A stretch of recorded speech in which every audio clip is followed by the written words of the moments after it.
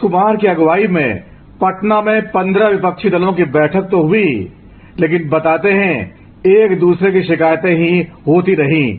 नीतीश और लालू सबकी शिकायतें दूर करते रहे। बाद में लालू ने राहुल गांधी को दूल्हा बता दिया तो केजरीवाल की पार्टी को बुरा लग गया। प्रेस कॉन्फ्रेंस के बीच ही केजरीवाल की टीम निकल गई और बाद में कांग्रेस पर जोरदार हमला किया। मीटिंग के बीच ममता बनर्जी कांग्रेस की शिकायतें करती रहीं। हाँ, एक बात पर सभी राजी दिखे, किसी तरह मोदी को पीएम की कुर्सी से हटाना जरूरी है, लेकिन कैसे, इसका कोई प्लान पेश नहीं किया गया। कांग्रेस को सहयोगी दलों के राज्यों में चुनाव नहीं लड़ना चाहिए। इस फॉर्मूले को कांग्रेस किसी भी सूरत में मानने को तैयार नहीं है। तो ऐसे में बैठक से कुछ निकला नहीं तो अगली बैठक कांग्रेस शासित राज्य हिमाचल प्रदेश की राजधानी शिमला में 12 जुलाई के आसपास रखी गई है। इतना जरूर है, नीतीश के लिए बैठक से अच्छी खबर आ गई। अंदर क्या क्या हुआ, पूरी खबर आगे सुनिए। पटना में विपक्षी पार्टियों की बैठक को लेकर देश की राजनीति में लंबे समय से हल्ला था। एक बार पहले भी मीटिंग टल चुकी थी, इसलिए इस बार नीतीश लालू ने पूरा जोर लगाया। 18 दलों में से 15 दलों के नेता बैठक में शामिल होने आए।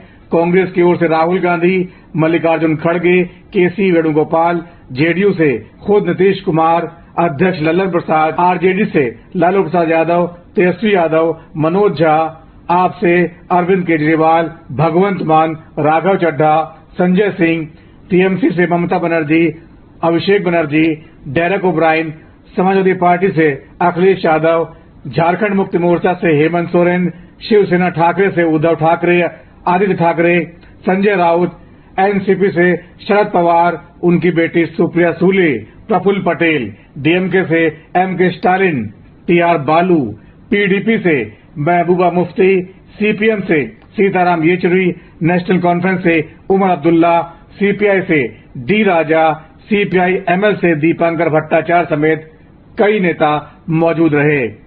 व्यू 2 बैठक में औपचारिक संबोधन के बाद ये मुद्दा उठा कि 2024 में अगर सभी विपक्षी दल एकजुट नहीं हुए तो मोदी सरकार को हटाया नहीं जा पाएगा। इस पर सब सहमत दिखे, एक होकर बीजेपी को हराना है। लेकिन जैसे ही नेताओं के बोलने का नंबर आया, टीएमसी नेता और बंगाल के सीएम ममता बनर्जी ने राहुल गांधी को खरी खरी सुना दी। ममता बोली, जुलाई में बंगाल में होने वाले पंचायत चुनाव में कांग्रेस और कम्युनिस्ट पार्टियां हमारे खिलाफ चुनाव लड़ने जा रहे हैं और 2024 के लिए हमसे समर्थन मांग रहे हैं। ये कैसे होगा? इस पर कांग्रेस की ओर से कुछ नहीं कहा गया, लेकिन तीखा सवाल और चुप्पी बता रही थी ये मुद्दा इतना आसान नहीं है जितना सोचा जा रहा है। एसपी के मुखिया अखिलेश यादव ने यूपी में खुद को बीजेपी के खिलाफ बड़ी ताकत बता दिया और सभी से समर्थन मांग लिया। जाहिर है वे चाहते हैं कांग्रेस उनको समर्थन करे और सीटें न मांगे। वैसे अखिलेश के गठबंधन साथी राष्ट्रीय लोकदल के जयंत चौधरी मीटिंग में नहीं आए तो अखिलेश को झटका लगा। आम आदमी पार्टी लगातार मोदी सरकार के अध्यादेश पर समर्थन की शर्त रखती रही और बाद में प्रेस कॉन्फ्रेंस छोड़कर चली गई। इससे उनके इरादे जाहिर हो गए। मीटिंग में ही नेशनल कॉन्फ्रेंस के नेता उमर अब्दुल्ला ने अरविंद केजरीवाल पर सवाल खड़े करते हुए कहा, कश्मीर में धारा 370 हटाने पर उनकी पार्टी ने विरोध क्यों नहीं किया। इस मुद्दे को टालते हुए केजरीवाल का कहना था कि अध्यादेश लाने की कोशिश नाकाम करनी होगी, इसलिए आज दिल्ली सरकार परेशान है, कल बाकी पार्टियों को दिक्कत होगी, इसीलिए सब मिलकर आपका समर्थन करें। कांग्रेस इस मुद्दे पर खुलकर बोलने को तैयार नहीं है, लेकिन संकेत दिया जब राज्यसभा में अध्यादेश आएगा तभी तय कर लेंगे। राहुल गांधी मीटिंग में ज्यादा कुछ नहीं बोले, लेकिन उससे पहले कांग्रेस कार्यकर्ताओं को संबोधित करते हुए जीत का आत्मविश्वास जाहिर किया। और मैं आपको इस स्टेज से कह रहा हूं, तेलंगाना में, मध्य प्रदेश में, छत्तीसगढ़ में, राजस्थान में आपको बीजेपी नहीं दिखाई देगी, कांग्रेस पार्टी जीत के दिखाएगी। विपक्षी दलों की इस बैठक को लेकर बीजेपी लगातार अपडेट ले रही थी। जम्मू में गृह मंत्री अमित शाह ने तीखी प्रतिक्रिया दी। उन्होंने अपने कार्यकर्ताओं का हौसला बढ़ाने के लिए यहां तक दावा कर दिया कि 300 से ज्यादा सीटें फिर मोदी सरकार जीतेगी। मैं सारे विपक्ष के नेताओं को ये कहना चाहता हूं, कितने भी हाथ मिला लो, आपकी एकता कभी संभव नहीं है। और हो भी गई तो कितने भी इकट्ठा होकर जनता के सामने आ जाइए। 2024 में 300 से ज्यादा सीटों के साथ नरेंद्र मोदी जी का प्रधानमंत्री बनना तय। बैठक के बाद संयुक्त बयान जारी करने के लिए आयोजित प्रेस कॉन्फ्रेंस में लालू यादव अपनी कॉमेडी करते नजर आए। उन्होंने राहुल गांधी को दूल्हा बता दिया। ऊपर से देखने पर भले ही बात शादी के लगे, लेकिन दरअसल उनका इशारा सियासी दूल्हा यानी पीएम उम्मीदवार की ओर था। इससे नीतीश कुमार कुछ परेशान दिखाई दिए।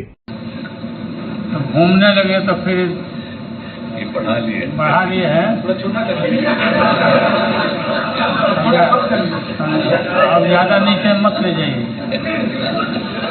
पता नहीं कि नरेंद्र मोदी का है, पूरा नहीं सिलवाता है, इसलिए नीतीश जी का भी राय है कि अब और छोटा छोटा करना चाहिए। बात तो हम लोग का सलाह माने नहीं दिया, नहीं किया, शादी कर लेना चाहिए था। और अभी भी समय गया, बीता नहीं है, शादी करिए और हम लोग बाराती चले।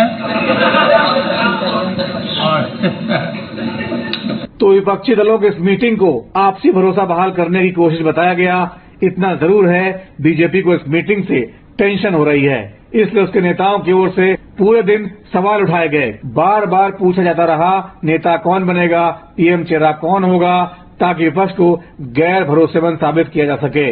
लेकिन इतना जरूर है, अगर नीतीश कुमार की कोशिश कामयाब हो गई और कांग्रेस किसी तरह एडजस्ट करने को दिखी तो 2024 में मुकाबला बेहद कड़ा हो सकता है।